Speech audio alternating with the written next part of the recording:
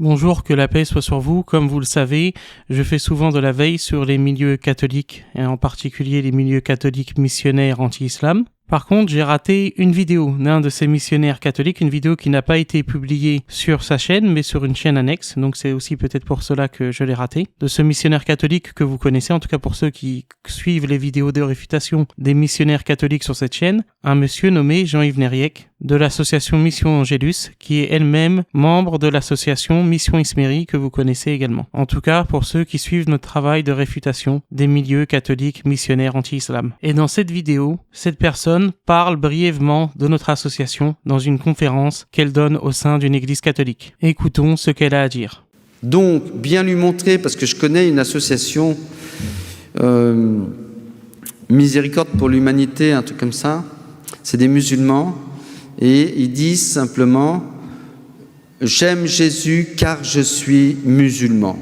Alors, je n'ai pas encore fait une vidéo, mais je pense que je vais la faire pour leur répondre, parce que on se connaît en tout cas par Internet simplement, parce qu'ils disent des choses, ils ont fait 2 vidéos là où je suis dessus, mais ils essayent de contester. Mais je lui dis, c'est pas Jésus que vous avez, c'est Issa. Issa, eh bien, ça vient d'Isaü. Moi, je sais pas, mais moi j'ai demandé à ceux qui connaissent. Et Isaïe, c'est le perdant dans la Bible. C'est celui qui vend son droit d'aînesse pour un plat de lentilles. C'est pas Jésus. Issa, ça veut rien dire. Jésus, Yeshua, Yassour, Dieu sauve en arabe. Dieu sauve. Donc il ne croit pas en Dieu qui sauve en Jésus. Donc un jour, je ferai une vidéo, non pas pour les contester, pour faire de la polémique, mais simplement pour leur faire remarquer, pour que justement ils se tournent vraiment non plus sur Issa, mais sur Jésus.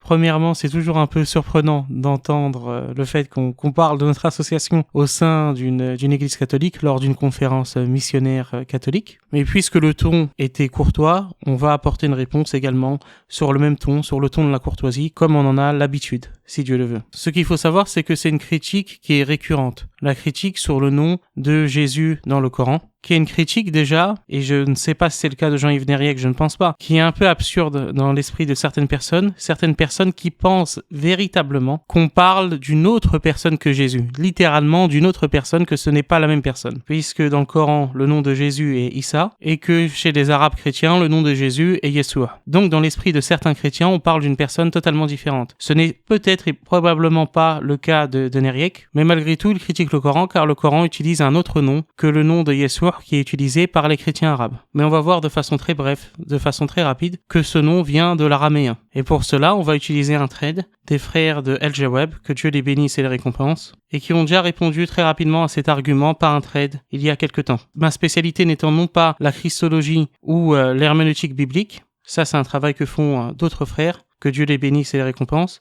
Ma spécialité étant l'ecclésiologie, je vais me baser sur le travail des frères de El Jawab pour répondre à cette ambiguïté de la part de Jean-Yves Nériec. Il est communément admis que le langage utilisé par le protagoniste est l'araméen, comme l'atteste Lucien d'Esch, théologien catholique. Le prénom de Jésus en araméen, il y a 2 formes à son nom. En araméen occidental, le nom est Yeshua, tandis qu'en araméen oriental, c'est Isso. Cela en conformité à ce que dit The Encyclopedia Britannica.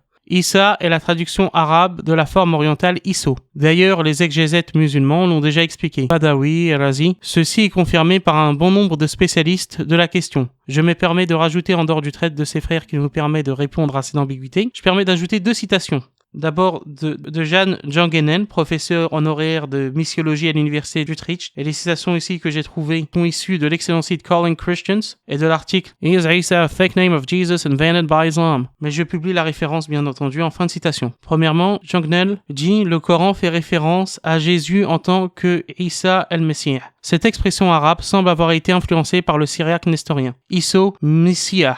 John Genel dans Jesus in World History is Presence and Representation in Cyclical and Linear Settings. L'universitaire catholique Sidney Griff affirme lui, parmi les nombreuses explications de la forme du nom de Jésus telle qu'elle apparaît dans le Coran, la plus raisonnable selon le point de vue de cet auteur est qu'elle reflète l'orthographe d'un locuteur arabe de ce qu'il entend dans une articulation arabe de la forme commune est-syrienne du nom Isso.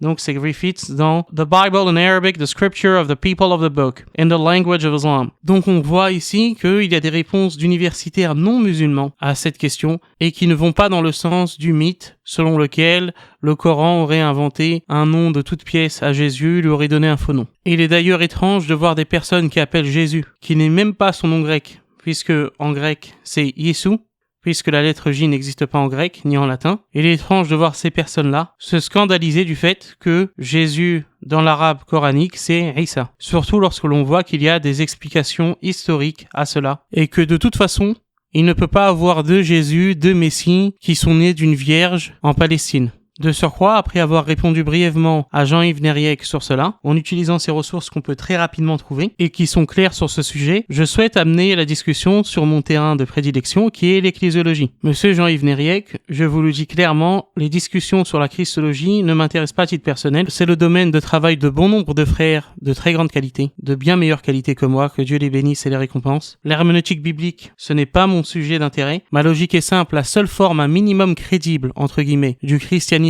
trinitaire, c'est le catholicisme, avec peut-être comme exception les luthériens du synode du Missouri ou l'anglicanisme High Church. Mais en dehors de cela, si je dois comparer au sein du christianisme trinitaire, l'ecclésiologie catholique est celle qui est le plus ancrée historiquement, qui est le plus crédible historiquement. Donc pour me prouver la Trinité, la soi-disant divinité de Jésus, il faut non pas me la montrer dans la Bible, même si cela a été écrit de façon claire dans la Bible, il faut croire en la Trinité pour être sauvé, je n'y croirai pas. Non, monsieur Nériec, il faut me convaincre de la crédibilité et de l'autorité divine, selon vous, de l'Église catholique. Pour une raison tout à fait logique. Premièrement, c'est l'Église catholique qui nous a donné la Bible, qui a canonisé la Bible telle que nous la connaissons aujourd'hui, avec le Concile de Rome en 382. Donc, puisque c'est l'Église catholique qui nous a donné la Bible sous sa forme actuelle, et nous, musulmans, nous ne croyons pas en l'authenticité de la Bible, en tout cas l'authenticité totale de la Bible, que ce soit l'Ancien ou le Nouveau Testament. Puisque c'est l'Église catholique qui nous a donné cette Bible, qui l'a donnée au monde, sous sa forme actuelle, il faut donc que l'autorité de l'Église catholique soit crédible, qu'on puisse prouver que l'Église catholique vient de Dieu, que le magistère de l'Église catholique vient de Dieu. Saint Augustin d'ailleurs disait que lui-même ne croyait en la Bible que parce que l'Église lui a demandé d'y croire, que par l'autorité de l'Église. C'est pour cela que la démarche de ce qu'on appelle le mere Christianity, c'est-à-dire d'essayer de prouver un christianisme minimal en dehors des dénominations, que cette démarche n'est pas cohérente et selon moi n'est pas pertinente. D'ailleurs, Jean-Yves Nériec, puisque vous êtes catholique, puisque Jean-Yves Nériec, s'il est cohérent avec le magistère de l'Église catholique, ne nous appelle pas pour notre salut à uniquement croire en Jésus et dans ce qu'on pourrait appeler le mere Christianity. Non, Jean-Yves Nériec nous appelle à nous soumettre, en tout cas normalement, au pape, puisque Grégoire VIII dans Unam Sanctum dit que aucune créature vivante ne peut être sauvée si elle n'est pas soumise au pontife romain. Donc il faut nous prouver la véracité de l'Église catholique avant de nous citer la Bible, avant de nous parler d'herméneutique, avant de nous parler de christologie. Il faut nous prouver que l'Église catholique vient de Dieu. Et l'Église catholique ne vient pas de Dieu car elle se contredit. Elle se contredit sur la liberté religieuse. Quand par exemple dans Mirarivos de Grégoire XVI, ce pape explique le bienfait de la censure religieuse des livres, il explique que les apôtres brûlaient eux-mêmes des livres, qu'il fallait éviter que l'hérésie se répande,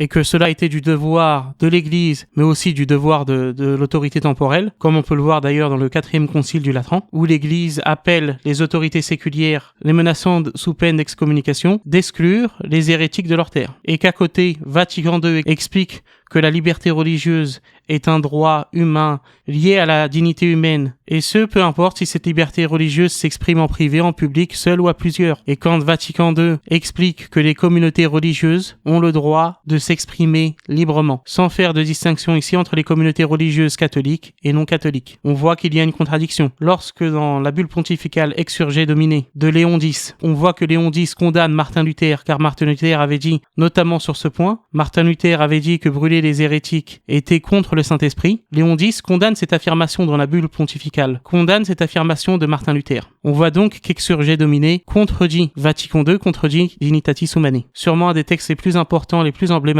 de Vatican II avec Sacrosanctum Concilium. Comment faire alors confiance à l'Église catholique si elle se contredit sur un sujet comme la liberté religieuse, que vous pouvez considérer comme peu important? Peut-être que Nériec considère que c'est un sujet qui est peu important. Mais comment alors faire confiance en l'Église catholique si elle peut se contredire sur des points peu importants? Comment lui faire confiance sur des points bien plus importants? Si l'Église catholique se contredit. Sur la liberté religieuse, comment lui faire confiance sur la Bible qu'elle a elle-même canonisée avec le Concile de Rome en 382? Comment lui faire confiance sur la Trinité, sur ce qui est selon vous le dépôt révélé de la foi? Comment faire confiance en l'Église catholique sur la Trinité, sur la Christologie, sur la canonisation de la Bible, si l'Église catholique se contredit sur le sujet des canonisations? Puisque Grégoire XVI canonise Sainte Philomène, et les catholiques à cette époque croyaient que Sainte Philomène était une sainte grecque, martyre, tout cela par rapport à des vestiges qui ont été retrouvés et par rapport aussi à une révélation privée, une dite révélation privée sur ce sujet, et que par la suite, l'Église catholique, sous Jean XXIII, retire totalement Sainte Philomène du calendrier liturgique. Tout cela pourquoi? Parce que des recherches récentes ont prouvé que Sainte Philomène n'a jamais existé. En tout cas qu'elle n'a jamais existé comme martyre chrétienne. Comment donc faire confiance en l'Église catholique si l'Église catholique canonise des personnes qui n'ont jamais existé? C'est sur ce point que j'aimerais ramener la discussion, car pour moi l'étude de l'ecclésiologie même permet de prouver que le catholicisme est faux, et que donc le christianisme est faux. Parce que la seule forme, un minimum crédible du christianisme trinitaire, ce n'est pas l'orthodoxie, ce n'est pas le protestantisme, avec peut-être les quelques exceptions que sont les luthériens du Missouri et les anglicans High Church, mais c'est bel et bien l'Église catholique. Ce ne sont pas les orthodoxes, mais c'est bel et bien l'Église catholique. Donc si on réfute l'ecclésiologie de l'Église catholique, on réfute le christianisme dans son intégralité. Si je ne peux pas faire confiance en l'Église catholique, en son autorité, je ne peux pas faire confiance à la Bible. Et donc même si la Bible me disait littéralement que Jésus était Dieu, ce qui n'est pas le cas, même si la Bible me disait littéralement qu'il fallait croire en la Trinité, qu'il fallait croire en la divinité du Christ, en la dite divinité du Christ, je ne pourrais pas la croire, car je n'ai pas confiance en l'autorité de l'Église catholique qui se contredit, alors que c'est l'Église catholique qui nous a donné la Bible sous sa forme actuelle. Et que M. Nériec n'hésite pas à réagir s'il le souhaite. Nous sommes bien entendu heureux d'entrer avec lui dans un dialogue de vérité en toute courtoisie. Et nous prions pour sa conversion à l'islam, ainsi que pour la conversion à l'islam des catholiques autour du monde, et en particulier des gens de Mission Ismérie. Je vous remercie beaucoup pour votre attention, que Dieu vous bénisse et que Dieu vous garde.